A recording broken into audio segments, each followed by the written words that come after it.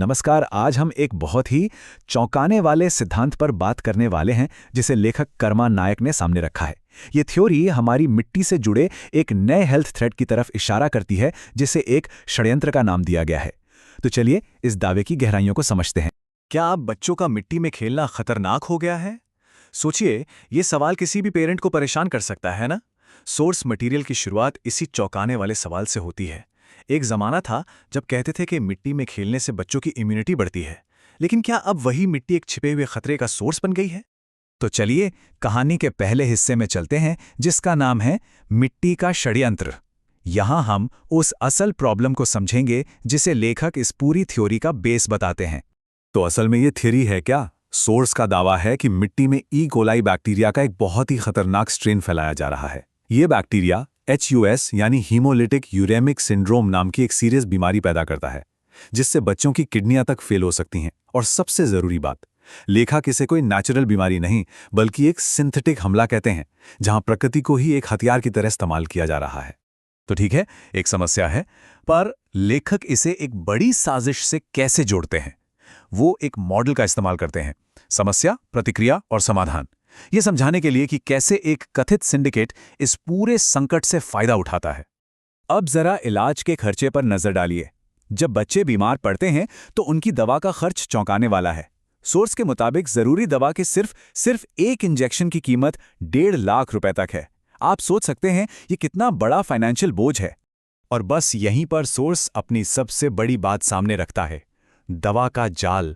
इस थ्योरी के हिसाब से ये कोई कुदरती बीमारी है ही नहीं, बल्कि जानबूझकर बनाया गया एक ट्रैप है, एक जाल, जहां पहले बीमारी को फैलाया जाता है और फिर उसका महंगा इलाज बेचा जाता है। तो ये मॉडल काम कैसे करता है? लेखक के मुताबिक इसके 3 सिंपल स्टेप्स हैं। सबसे पहले एक प्रॉब्लम खड़ी करो, यानी मिट्टी में खतरनाक बैक्टीरिया फैला दो। इससे क्या होगा? लोगों में डर और घबराहट का माहौल बनेगा, यह रिएक्शन। और फिर आखिर में वो अपना समाधान लेकर आते हैं, एक बहुत ही ज्यादा महंगी दवा, जिससे कैप्टिव मार्केट बन जाता है। मतलब ऐसा बाजार जहां लोगों के पास कोई और ऑप्शन ही नहीं बचता। तो सवाल उठता है कि इस कथित हमले का जवाब क्या है? अब कहानी एक बिल्कुल नए मोड़ पर आती है, जहां लेखक एक सात्विक समाधान पेश करते हैं, जिसका नाम है भगवान का रक्षा कवच। इस पूरी थ्योरी में विलन कौन है? लेखक इन्हें सिंडिकेट कहते हैं। उनके अनुसार ये एक ऐसा ग्रुप है जो अपनी महंगी दवाओं का मार्केट बनाने के लिए एक तरह की अदृश्य बायोलॉजिकल वॉर छेड़ता है। और फिर इस कहानी में शिकार कौन है? उन्हें रक्षक समाज कहा गया है। ये वो आबादी है, वो लोग हैं जिनका सिंडिकेट अपने फायदे के लिए इस्तेमाल करता है, बिल्कुल एक परजीवी की तरह। तो फिर इससे बचने का रास्ता क्या है? लेखक एक सात्विक घोषणा पत्र का जिक्र करते हैं। ये एक तरह की काउंटर स्ट्रैटेजी है, जिसका मेन फोकस मिट्टी, पानी और बीजों की प्योरिटी को बचाकर बायोलॉजिकल इम्यूनिटी हासिल करना है। अब हम एक बहुत ही पावरफुल मेटाफर, एक रूपक को देखते हैं, जिसे लेखक इस पूरी लड़ाई को समझाने के लिए इस्तेमाल करते हैं। रक्षक हाथी बनाम भक्षक शेर। यह सिर्फ एक साजिश नहीं, बल्कि 2 अलग-अलग विचारधाराओं की जंग है।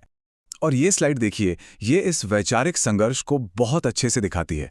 एक तरफ है रक्षक हाथी, जो बनाने वाला है, अहिंसक है और पूरे इकोसिस्टम की रक्षा करता है। ये प्रतीक है रक्षक समाज का। और दूसरी तरफ है भक्षक शेर, जो शिकारी है, विनाशक है, जिसका अस्तित्व ही दूसरों को मारने पर टिका है।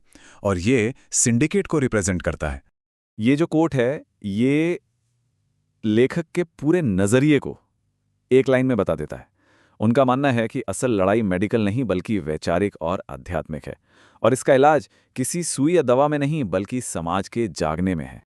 और अब हम पहुंच गए हैं इस विश्लेषण के बिल्कुल आखिरी हिस्से पर, अंतिम युद्ध घोष। यहां आकर लेखक की थ्योरी एक साफ कॉल टू एक्शन, एक आह्वान का रूप ले लेती है।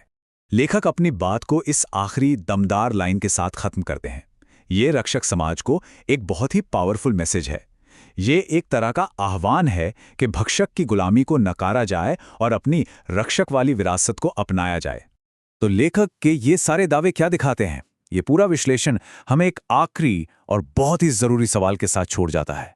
क्या ये सिर्फ एक कल्पना है, एक थ्योरी है, या जैसा कि सोर्स का दावा है, ये एक जैविक युद्धघोष है? इस पर सोचना बहुत जरूरी है।